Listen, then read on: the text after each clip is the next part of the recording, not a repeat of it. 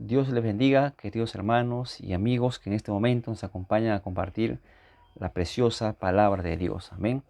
Le damos gracias a Dios por este nuevo día y esta nueva oportunidad que Dios nos da de acercarnos a Él y conocerlo cada día más. Mientras nosotros más vayamos conociendo de Dios, más vamos a amarlo, más vamos a saber qué es lo que Dios espera de nosotros. Mientras tú más conozcas a Dios, más te vas a conocer a ti mismo, vas a entender y vas a comprender, según la palabra de Dios, qué es lo que a Dios le agrada y también qué es lo que a Dios le desagrada, por supuesto.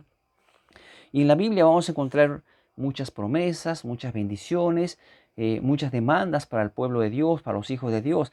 Por eso que Dios permitió que este precioso libro esté en nuestras manos, ¿no es cierto? Y la Biblia en 2 Timoteo 3:16 dice que todas las escrituras son inspiradas por Dios y son útiles, útiles para enseñar, para redarguir, para corregir, para instruir en justicia, a fin de que el hombre de Dios sea enteramente preparado para toda buena obra, dice la Biblia. Y así que el día de hoy vamos a leer una parábola bastante conocida, que es la parábola del hijo pródigo. No es una parábola bastante extensa, pero ustedes ya conocen la historia y los voy a narrar más o menos para llegar al versículo al cual quiero meditar en este momento. Bien, dos hijos, uno mayor, uno menor, dice la Biblia, y el menor de ellos, dice la palabra de Dios, que le pidió por adelantado la herencia a su padre, porque él quería salir de la familia y quería vivir de manera independiente. Seguramente que él había visto que otras personas hacían eso, otros jóvenes hacían esto, y él quiso hacer lo mismo. Y eso justamente lo que pasa, pues, ¿no? Digamos, en nuestra sociedad. Muchas veces nosotros queremos copiar modelos que el mundo nos ofrece para, para hacer lo mismo. Pero nosotros como hijos de Dios tenemos un patrón diferente. Con esto no estoy diciendo que los jóvenes no pueden desarrollarse, no pueden independizarse, sí, porque el tema no es eso, sino que este joven algo había visto fuera, seguramente que lo había motivado a salir del cuidado de la familia para ir a vivir lejos de su padre. Y muchas veces, vuelvo a repetir, nosotros como hijos de Dios somos atraídos, somos seducidos muchas veces por las cosas de este mundo y eso nos aleja del cuidado de nuestro Señor. Por eso que el apóstol Juan en su carta, en su primera carta, 2:15 dice, no améis al mundo ni las cosas que están en el mundo, porque todo lo que hay en el mundo, los deseos de la carne, la vanagloria de la vida, los deseos de los ojos, no provienen del Padre, sino del mundo. Y el mundo pasa y sus deseos, pero lo que hace la voluntad de Dios permanece para siempre. Entonces, digamos, qué es lo que al cristiano, al Hijo de Dios, le va a dar seguridad en su vida cristiana? Es permanecer junto al Padre, no separarse del Padre. Nuestro Señor Jesucristo en San Juan 15:5 dijo, separaos de mí, nada podéis hacer. Y hemos hablado un poquito acerca de esto. ¿Qué es lo que queremos transmitir en este momento? Nosotros como hijos de Dios, tenemos un Padre en los cielos y nuestra comunión debe ser constante con nuestro Padre, constante. Y este hijo pidió la herencia y dice, y se fue lejos de su padre y comenzó a vivir perdidamente. Comenzó a hacer lo que el mundo hace, comenzó a despilfarrar su dinero. Dice la Biblia que comenzó a juntarse con prostitutas, con borrachos, comer, regalar así. Y llegó una gran hambre a esa ciudad, dice la Biblia, y este hombre ya no tenía provisiones para ese momento de prueba que llegó sobre toda esa ciudad.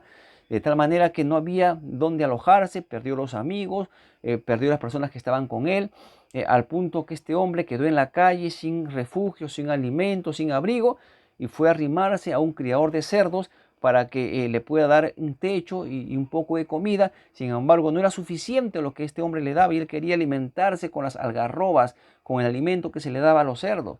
A ese grado llegó de denigrar su propia vida. Este era un hombre hijo de un hombre hacendado, que tranquilamente podía él vivir muy feliz y muy tranquilo, digamos, en el hogar que se le había dado.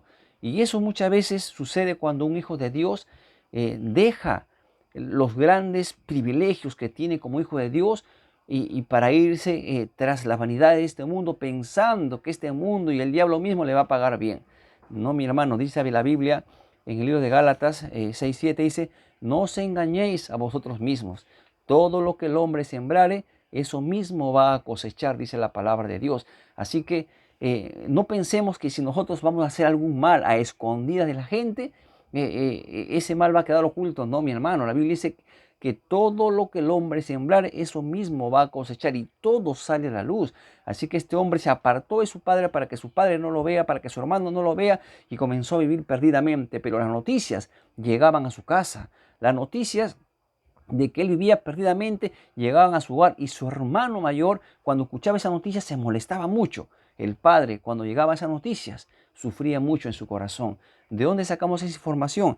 Luego este hombre, vamos a ver después eso, luego este hombre en esa condición reflexiona, vuelve en sí, dice la Biblia, reflexiona y dice: ¿cuántos jornaleros, cuántos sirvientes en la casa de mi padre tienen abundancia de pan y yo aquí perezco de hambre? Me voy a levantar y voy a ir a la casa de mi padre. Le voy a decir: Padre, he pecado contra el cielo y contra ti. Ya no soy digno de ser llamado tu hijo, mas hazme como uno de tus jornaleros. Él se levantó, dice la Biblia, y fue hacia su hogar. Después que tomó una muy mala decisión este hombre al apartarse de su hogar y pasar por toda esa serie de situaciones, tomó una muy buena decisión.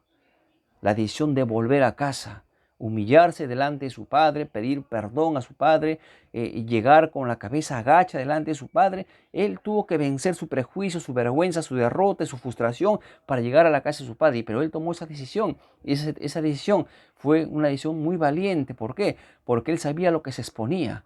Sabía que se exponía a la burla, sabía que se exponía después de haber fracasado a la vergüenza y al desprecio quizás de su padre, o que él pensaba eso seguramente, al desprecio de su padre, de sus hermanos, de su hermano y de las personas que estaban ahí. Pero este hombre, se llenó de valor y volvió, dice la Biblia, a la casa de su padre. Cuando aún estaba por venir, su padre, dice la Biblia, lo vio de lejos y corrió hacia él. Y eso muestra el gran amor y la gran misericordia que tiene Dios para con sus hijos, esperando que el pecador venga a Él. Y cuando el pecador viene a Él, Jesús dijo: todo aquel que a mí viene, yo no lo echo fuera, dice la palabra de Dios. Así que este hombre, cuando se vio cerca de su padre fue hacia Él, lo abrazó y lo besó y le dijo: hijo. Y dice la Biblia que este hombre le dijo a su padre: Padre, he pecado contra el cielo y contra ti. Ya no soy digno de ser llamado tu hijo. Y su padre no lo dejó que siga hablando, porque vio el arrepentimiento con el cual él venía y ordenó a sus sirvientes que lo vistieran de pies a cabeza y le pongan nuevamente el anillo que representaba la autoridad dentro de su hogar. Y hizo matar un becerro gordo e hizo una gran fiesta. ¿Por qué? Porque este hombre que había estado muerto ahora había regresado al hogar. Este hombre por quien el padre no dormía, no descansaba, se preocupaba, y seguramente que más de una vez habría llorado por su hijo al escuchar la manera en que estaba viviendo, al escuchar lo que estaba pasando y todo lo que estaba sucediendo con él. La Biblia narra que este padre fue movido a misericordia, se compadeció, así como se compadece Dios de sus hijos. Se compadeció, dice la palabra de Dios. Pero el hermano, y es de quien vamos a hablar ahorita, dice: el hermano oyó música en su casa y que la gente bailaba, la gente danzaba en su casa, dice, y llamó a uno de los criados y le preguntó qué cosa era aquello. Y dice la Biblia: el criado le dijo: tu hermano ha venido y tu padre ha hecho matar el becerro gordo por haberle recibido bueno y sano. Tu hermano ha venido. Seguramente que el criado, al darle esta noticia, esperaba que el hijo, este hijo mayor, también reaccionara de la misma manera, o sea, con esa alegría, con ese gozo de haber recibido a su hermano vivo y sano. Sin embargo, se dio con la sorpresa de que este hombre no reaccionó de la manera que reaccionó el padre, con tanta alegría, con tanto gozo, con tanta misericordia que pudo él recibir a su hijo. Sin embargo, cuando el hermano mayor recibe esta noticia, dice la Biblia, entonces se enojó y no quería entrar. Se enojó el hermano. Y muchas veces, mis amados hermanos, nosotros a veces nos cuesta entender cuánta es la gracia y cuánta es la misericordia de Dios. Dios es misericordioso a veces con muchos de nosotros mismos y es misericordioso con todos nuestros hermanos. Y cuando nosotros vemos que Dios muestra misericordia hacia los hermanos, a veces nosotros nos molestamos. ¿Por qué? Porque pensamos que ese hermano merece ser castigado, ese hermano merece lo peor, merece esto por hacer esto, por hacer aquello. Sin embargo, vemos que Dios los bendice, que Dios los cuida, que Dios los protege y nosotros estamos incómodos con eso. ¿Cómo este hermano haciendo esto y haciendo aquello? ¿Cómo es que Dios le bendice? Eso está en la potestad del Padre.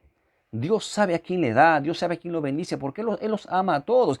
Y dice la Biblia que el padre salió a conversar con el hermano mayor y a rogarle que entrara. Mas él respondiendo dijo: Padre, he aquí tantos años te sirvo, no habiéndote desobedecido jamás, y nunca me has dado ni un cabrito para gozarme con mis amigos. Pero cuando vino tu hijo, que ha consumido tus bienes con rameras, has hecho matar para él el becerro gordo. Y entonces el padre le dijo: Hijo, tú siempre estás conmigo y todas mis cosas son tuyas. Muchas veces, mis amados hermanos, el celo, la envidia hacia nuestros propios hermanos nos hacen perder de vista las grandes bendiciones que Dios nos da día a día, las grandes bendiciones con las cuales gozamos todos los días. Por eso Dios quiere que nosotros usemos de la misma misericordia que Él usa, que Él ha usado para con nosotros, también nosotros usemos para con los demás. En el libro de Colosenses dice: de la manera que Dios los perdonó a ustedes, así también ustedes perdonen a los demás. Si alguno tuviera queja contra otro, este hombre, molesto con su hermano, no quería perdonar lo que le había hecho. Sin embargo, ese corazón envidioso, ese corazón resentido, le hacía cegar, no le dejaba ver las grandes bendiciones que el Padre le había dado. Una de las bendiciones le dijo: tú siempre estás conmigo. Una de las bendiciones grandes que tú has disfrutado en todo este tiempo que tu hermano no ha estado con nosotros es que tú has permanecido conmigo. Y todo lo que tengo aquí, todo lo que es mío, es tuyo.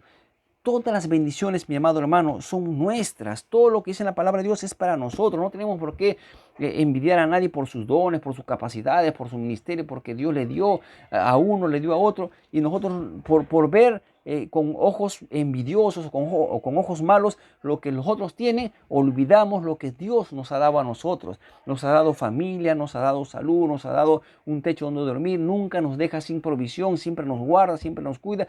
Aparte de eso, nos ha dado capacidades, dones, talentos, y nosotros no vemos esas bendiciones que Dios nos ha dado. ¿Por qué? Porque estamos pendientes de lo que reciben otras personas y no gozamos, no disfrutamos de lo que Dios nos da a nosotros. Mi amado hermano, que Dios nos ayude a no tener un corazón celoso, envidioso como este hijo mayor, sino aprendamos a tolerarnos unos a otros, aprendamos a amarnos unos a otros, como hermanos en Cristo, aprendamos a sobrellevar las cargas los unos de los otros. Y si vemos que un hermano comete un error, comete una falta, en vez de quizás de esperar que sea castigado o esperar que sea reprendido, dice la Biblia, nosotros que somos espirituales, dice la Biblia: restáurenlo, ayúdenlo para que se levante.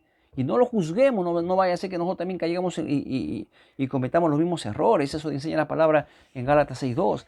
Así que, mi amado hermano, en el nombre de Jesús, recibamos esta palabra y entendamos que nosotros, como hijos de Dios, estamos para amarnos unos a otros, para ayudarnos unos a otros, para sobrellevar las cargas los unos de los otros. Y si Dios bendice a uno y a otro, le damos gracias a Dios por las bendiciones, porque todo proviene de nuestro buen Dios. Amén. El Dios que nos ama, el Dios de los cielos, es nuestro Padre celestial.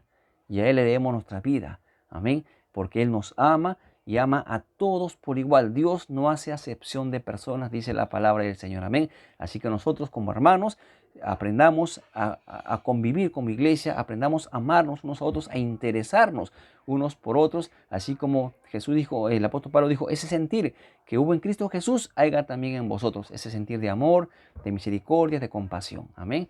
Bien, vamos a orar y darle gracias a Dios un momento por su palabra. Amén.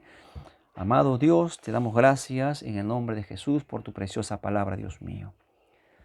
Padre, en el nombre de Jesús, y quiero pedirte perdón, oh Dios, porque muchas veces hemos actuado de manera legalista, queriendo que las personas quizás sean castigadas o reciban su merecido por las cosas que han hecho, Dios.